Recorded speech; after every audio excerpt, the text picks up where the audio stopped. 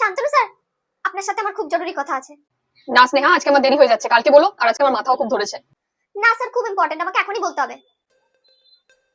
তুই যদি আজকে শান্তনুকে গিয়ে সব কথা না বলেছিস না, তোর আনফিল্টার্ড ভিডিও যেটা 31st নাইটে তুই তোর বয়ফ্রেন্ডের সাথে করেছিস, সব অ্যালং উইথ তুই কি খেয়েছিস, তুই কি ফুকেছিস, সব না তোর বাবার কাছে চলে যাবে। তখন যেন আবার বলিস না আমি তোকে ওয়ার্নিং দিইনি, বুঝছেন? আমি নন্দিনীর মাকে আপনার কথা বলেছি।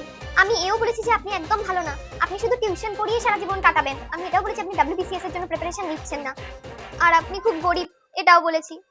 আর আপনার ব্যাকগ্রাউন্ডও ভালো না, এটাও। আর তার জন্যই নন্দিনীর মা প্র্যাঙ্ক করে আপনাকে বলেছে যে নন্দিনী নাকি অর্ণব বলে কোনো একটা ছেলে যে ওদের পাশের বাড়িতে থাকে তাকে লাইক করে করে আমি বুঝতে পারিনি এই জলটা এত দূর গড়াবে।